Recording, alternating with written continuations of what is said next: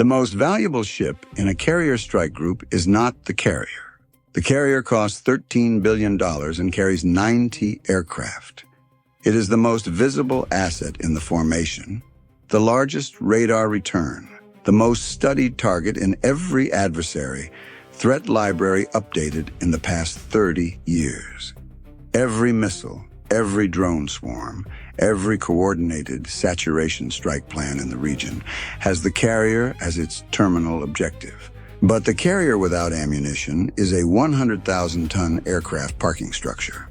The ship that makes the carrier a war-fighting platform is the combat stores vessel. The ammunition ship, the AOE, the floating magazine that keeps the carrier's strike group operational when the fight exceeds what the combatants brought with them. The AOE in this strike group is carrying 47 SM-6 interceptors, 84 ESSM quad packs, 31 Tomahawk cruise missiles, and approximately 600,000 pounds of aviation ordnance destined for the carrier's air wing. Total replacement value of the ordnance aboard, approximately $470 million. Total impact on strike group operational capability if that ordnance is lost. The strike group becomes a defensive liability rather than an offensive asset within 72 hours of any sustained engagement. The adversary's targeting analysts understood this arithmetic before the strike group arrived in the theater. The destroyer is operating 3.4 nautical miles off the starboard beam of the combat stores vessel, running parallel on a transit course through the South China Sea toward a pre-positioned logistics rendezvous, 280 nautical miles to the northeast. The AOE is making 22 knots on the transit heading. The destroyer is pacing it. The carrier is 140 nautical miles to the east with its own escort screen. This is a logistics transit, a scheduled movement between operational cycles, noted in the operational order, coordinated through the fleet logistics network, and visible to commercial maritime tracking services that had been monitoring the strike group's operational pattern for the past 9 days. At 2:33 a.m., the SPY-6 resolved 45 contacts on bearing 015 to 041, range 71 to 79 kilometers, altitude 350 to 500 meters, speed 185 to 200 kilometers per hour. 3 groups of 15 platforms each. Shahed-136 profile, GPS and terminal electro-optical guidance, 40-kilogram fragmentation warheads. All 3 groups converging on a point 3.1 nautical miles to the destroyer's northwest. The point 3.1 nautical miles to the destroyer's northwest was the AOE's current position. The fire control system generated the engagement solution in 0.6 seconds and presented it on the TAO's display. The solution was standard saturation defense doctrine. Outer ring SM-6 and SM-2, middle ring ESSM and RAM, inner ring CIWS. The engagement geometry was optimal from the destroyer's position. The contacts were on a bearing that placed the ship between the threat and the AOE. The solution was clean. The TAO read the solution and identified the element it did not account for. The engagement solution was built around protecting the destroyer. Every intercept geometry, every coverage arc, every CIWS engagement parameter was computed with the ship's hull at the center of the defensive envelope. The AOE was 3.4 nautical miles to the west-northwest. At 3.4 nautical miles, the AOE was outside the CIWS mount's reliable engagement geometry from the destroyer's current position. It was inside SM-6 and ESSM range. Those weapons could reach 3.4 nautical miles with no difficulty. But the terminal defense, the last resort layer, was oriented around the ship and the ship alone. If any contact penetrated to CIWS range, to 1.5 kilometers, and it was heading for the AOE rather than the destroyer, the CIWS geometry would require the mount to fire across the destroyer's own position or at an extreme off-bore angle to intercept a contact 3.4 nautical miles away.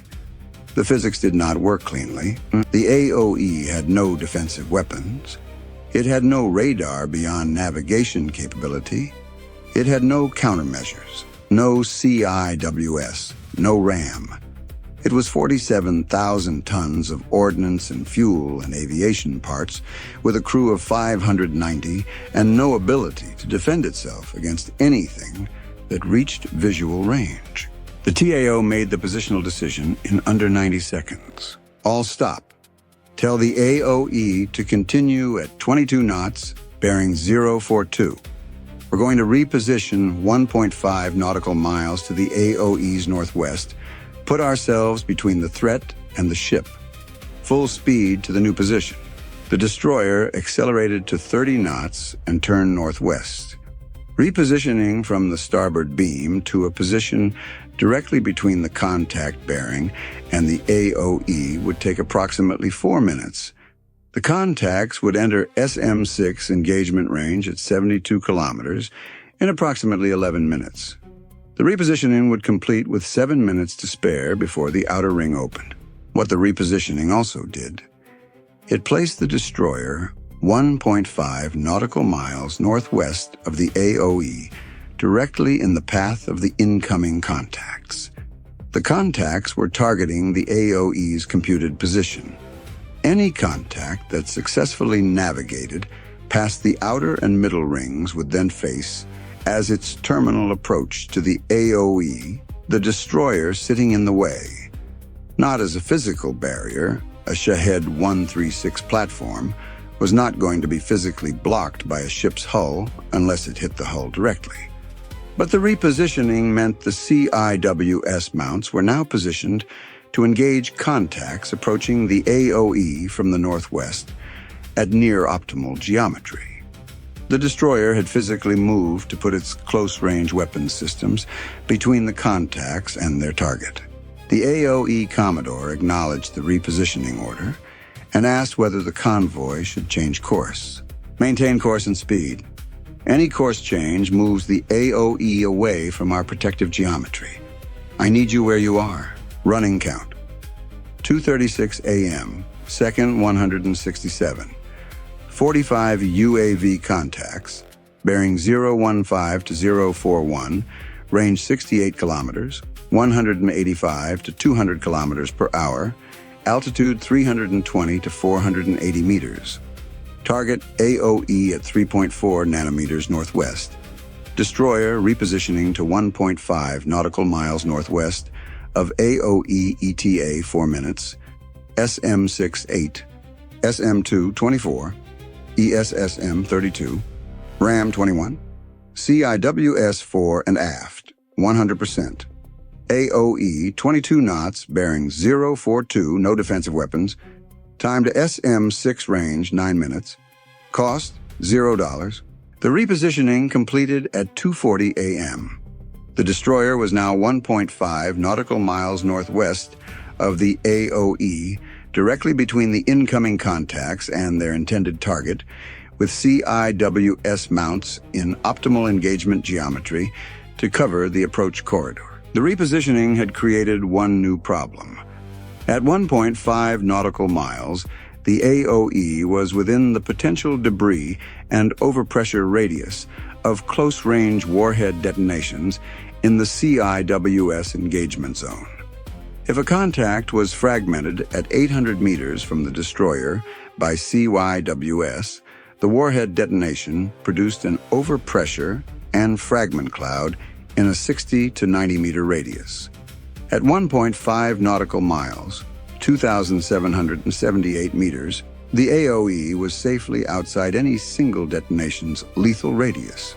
But if multiple contacts penetrated to the CIWS zone simultaneously, and multiple detonations occurred in the 800 to 1,500 meter band, the cumulative fragment pattern could reach the AOE.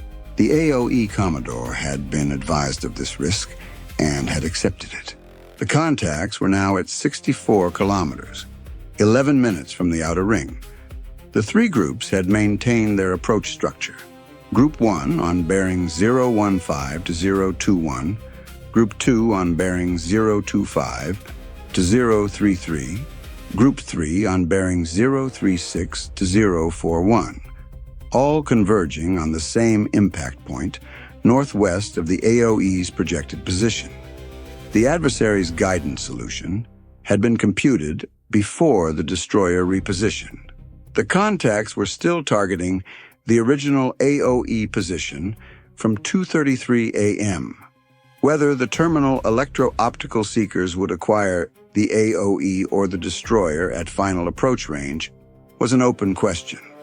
Both vessels would be visible to an optical seeker at the terminal range where the contact's seeker activated.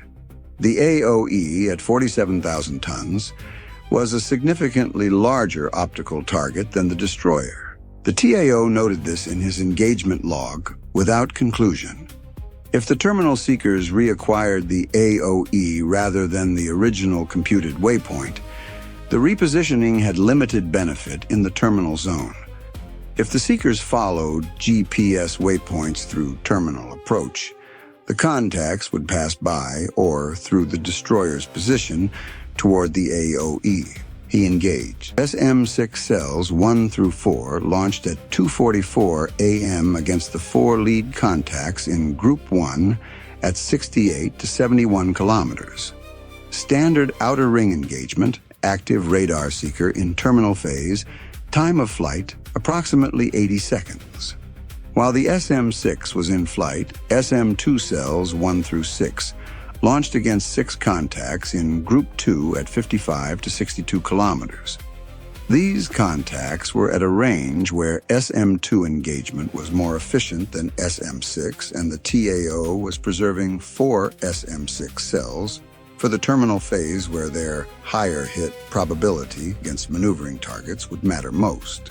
Running count: 2:44 a.m. second 671, SM 6 times 4 in flight, Group 1 68 to 71 kilometers, SM 2 times 6 in flight, Group 2 55 to 62 kilometers, 45 contacts, 10 currently targeted, SM 6 4 remaining, SM 2 18, ESSM 32, RAM 21, CIWS 100%, AOE maintaining course 1.5 nautical miles southeast, cost $17.6 million, time 11 minutes. SM-6 results at 2:45 a.m., 3 intercepts, 1 miss. The missed contact was in Group 1 on bearing 018. The contact had descended from 350 to 180 meters altitude in the SM-6 terminal phase, the seeker losing track quality in the altitude transition and the proximity fuse detonating 16 meters below the contact rather than within lethal radius.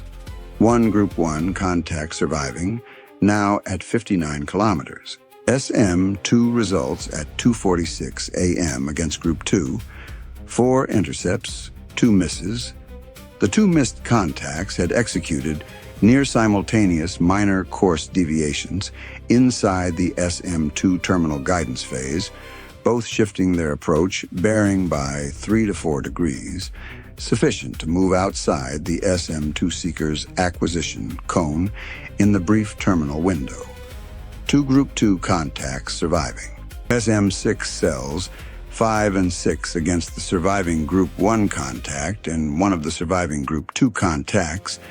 The weapons officer directed the more expensive interceptors at the 2 contacts that had already demonstrated evasive behavior on the basis that a contact that had evaded one interceptor was more likely to evade a cheaper follow-on system than a contact that had not yet been engaged. Both SM-6 intercepts confirmed. SM-6 remaining, 2. SM-2 cells, 7 through 18 against 12, contacts across all 3 groups at 38 to 54 kilometers. 8 intercepts, 4 misses. Group 3 contacts, which had not yet been engaged at the outer ring, We're now at 42 to 47 kilometers and closing.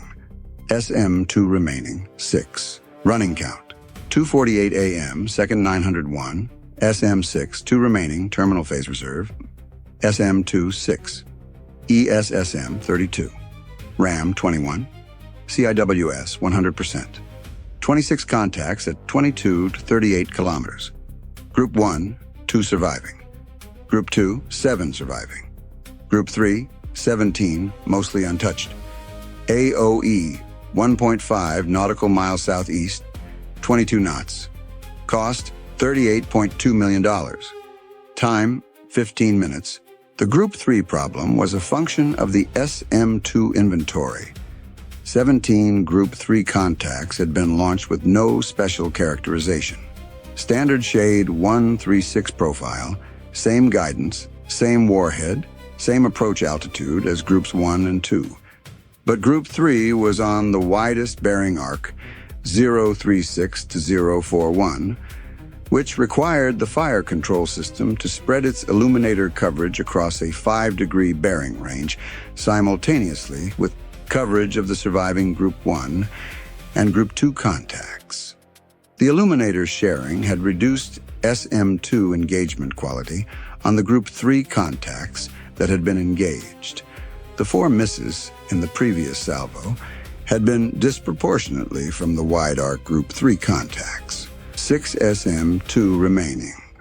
17 Group 3 contacts plus 11 surviving contacts from Groups 1 and 2. 28 contacts total at 22 to 38 kilometers. ESSM range. Running count, 2:49 a.m., second 979, SM6, 2, terminal reserve, SM2, 6, ESSM, 32, RAM, 21, CIWS, 100%, 28 contacts at 14 to 22 kilometers, Group 1 times 2, Group 2 times 9, Group 3 times 17, Group 3 largely unengaged, AOE 1.5 nautical miles southeast, on schedule. Cost, $38.2 million. Time, 16 minutes. ESSM cells, 1 through 12 against 12 contacts at 18 to 26 kilometers. Priority to the contacts with the most direct vectors toward the AOE's position.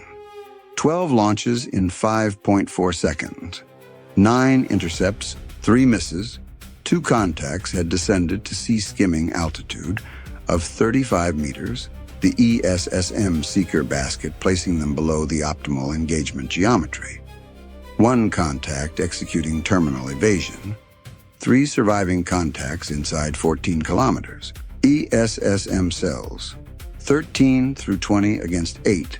More contacts from the Group 3 outer arc at 20 to 25 kilometers. 5 intercepts, 3 misses. 3 more contacts inside the approach corridor. The last 6 SM2 against the 6 contacts at 16 to 21 kilometers.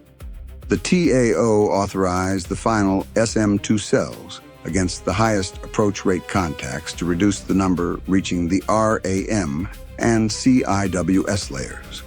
4 intercepts, 2 misses. SM2 inventory, 0. 12 contacts inside 14 kilometers. Running count, 2:52 a.m., second 1161. SM6, 2, terminal reserve. SM2, 0. ESSM, 12 remaining. RAM, 21. CIWS, 100%.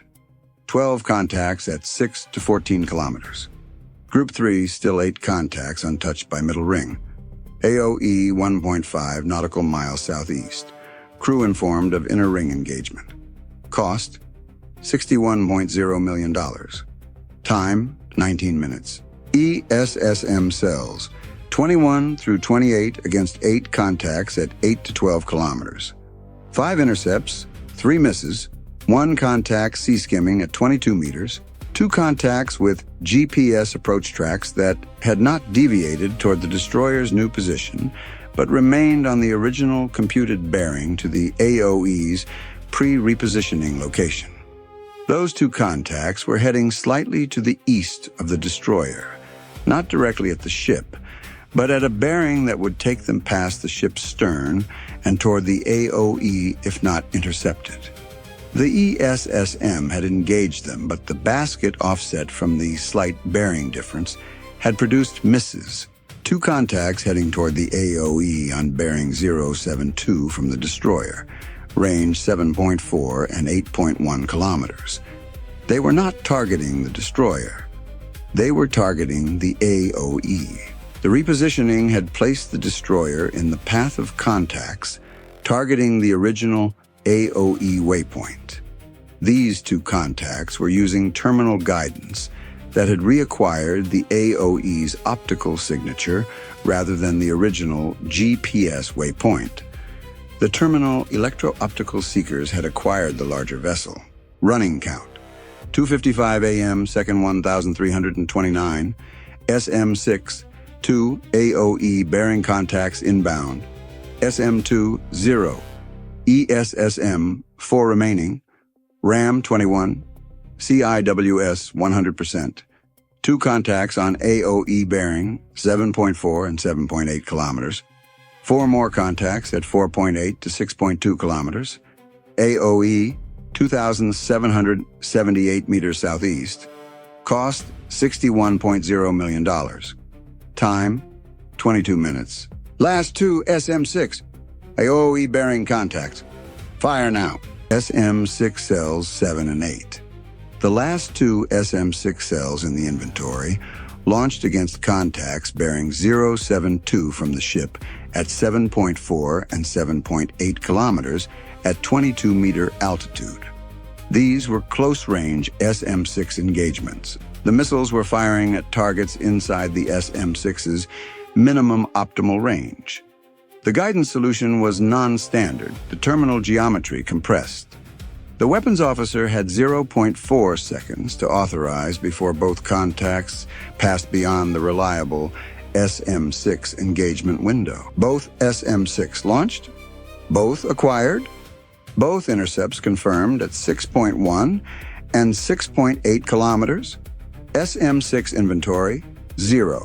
The 2 contacts heading for the AOE were neutralized 4.2 nautical miles from the AOE's hull. RAM cells 1 through 9 against 9, contacts at 4.2 to 7.9 kilometers. The surviving contacts from the main approach corridor. 7 intercepts, 2 misses, 2 contacts inside 3.8 kilometers, still bearing toward the AOE approach corridor. ESSM cells, 29 through 32 against 2 contacts at 3.4 to 3.9 kilometers. 2 intercepts, the remaining 4 Group 3 contacts at 2.8 to 4.1 kilometers.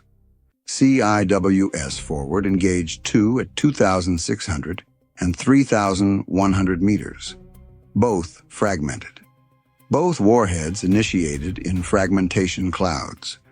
The first detonation, at 2,400 meters, produced an overpressure wave that reached both the destroyer and 2,778 meters away, the AOE. At this standoff distance, the AOE received a pressure signature measurable by instruments. The Commodore reported it as a brief physical impact felt throughout the ship, similar to a wave striking the hull. No structural effect. The second detonation, at 2,900 meters, was similarly felt aboard the AOE as a minor concussive event. CIWS aft engaged the remaining 2 contacts on the southern edge of the approach arc, both approaching from bearing 038, which required the aft mount to rotate toward its coverage boundary, but remain within operational parameters. 2 bursts, 2 contacts fragmented, both warheads initiated in fragmentation clouds. Both detonations at approximately 1,800 to 2,100 meters from the destroyer. At 2,778 meters from the AOE, both detonations produced additional overpressure events aboard the AOE, 4 total in the engagement, all assessed as below structural threshold. Running count: 2:57 a.m., second 1,453. All 45 contacts neutralized.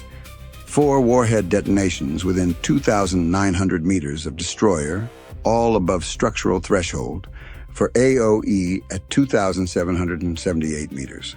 SM6 0, SM2 0, ESSM 0, RAM 12 remaining, CIWS 4 88%, CIWS aft 91%, AOE no structural damage, 4 overpressure events reported, crew intact.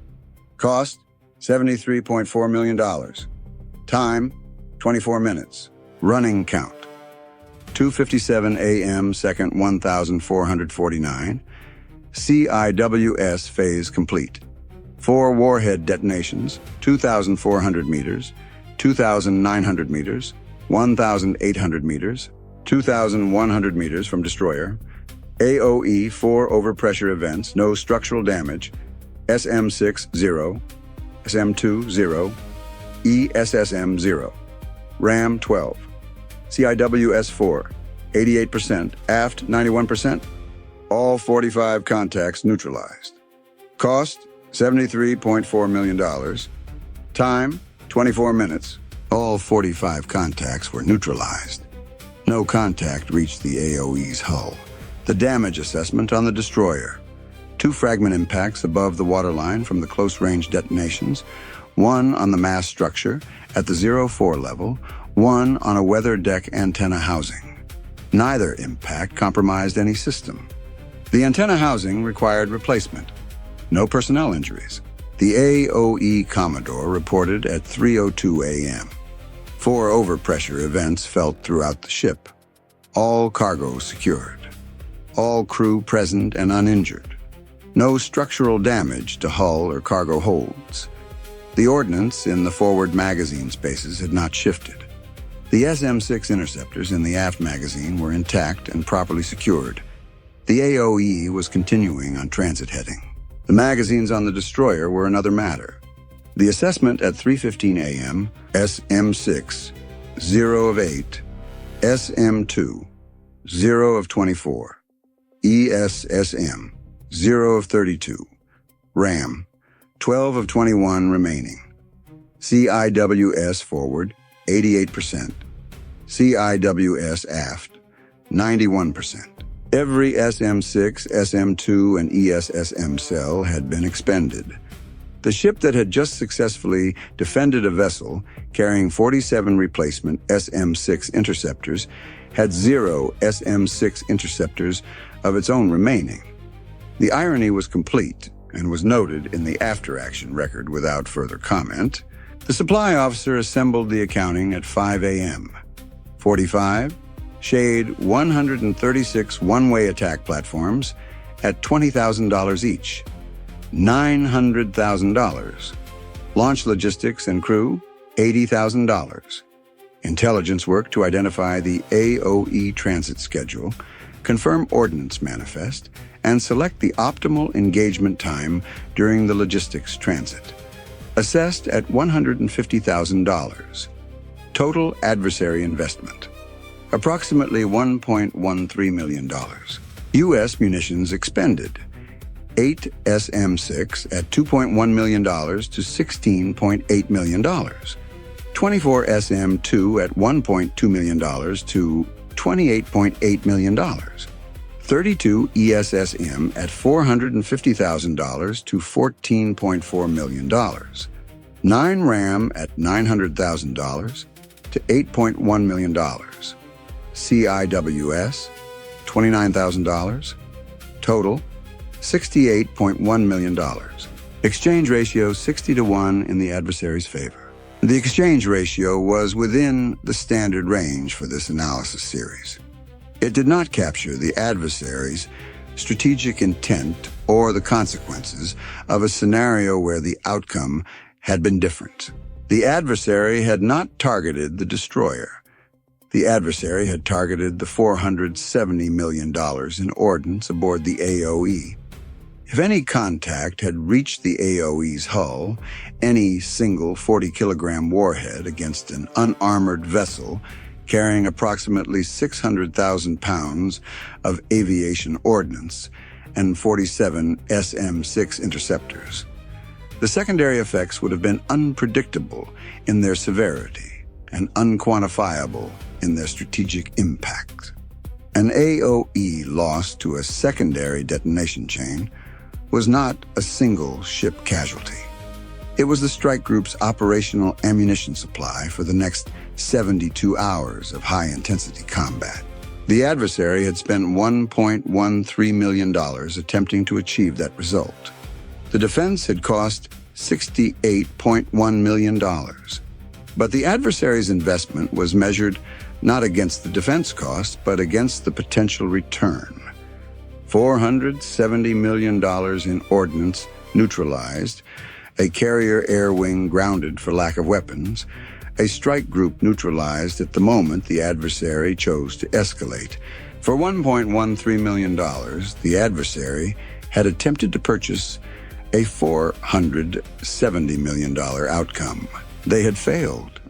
But the structure of that trade, $1.13 million investment against a potential $470 million return on the adversary's side, against a $68.1 million defensive cost on the U.S. side, was the economic logic that made the AOE the most cost-efficient targeting decision in the theater.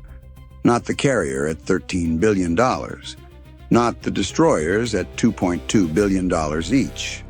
The AOE, the least glamorous vessel in the formation, the one that looked like a slow cargo ship from the outside. The supply officer noted a second figure that the standard exchange ratio did not capture. If the adversary ran this operation on every AOE transit for the next 3 months at current engagement costs, the total U.S. defensive expenditure would exceed the replacement cost of the contested ordnance by a factor of 4 to 1. The defense was protecting $470 million by spending $68 million per engagement. After 7 engagements, the total defensive cost would exceed the value of what was being protected. The adversary could afford 7 engagements. The ordnance manifest would still need to be delivered to the carrier, regardless of how many times they tried. Emergency resupply for the destroyer was transmitted at 4:44 a.m. Full VLS reload, RAM replenishment. ETA from the fleet logistics vessel, the same AOE they had just defended, approximately 6 hours once the AOE reached the rendezvous point. 6 hours. The destroyer had expended its entire missile inventory, defending the ship that was going to restock it in 6 hours. The ordnance was safe. The supply chain was intact. The strike group would be operational. The adversary had spent $1.13 million, failed to reach the AOE, and provided both the destroyer and the intelligence community with detailed data on the approach geometry, timing, and platform characteristics of a logistics interdiction operation they had clearly been planning for some time. The next attempt would use different timing, different approach bearings, and the information collected from this engagement about the destroyer's repositioning doctrine and engagement sequencing. The AOE would transit again in 9 days. The adversary's planners had a deadline.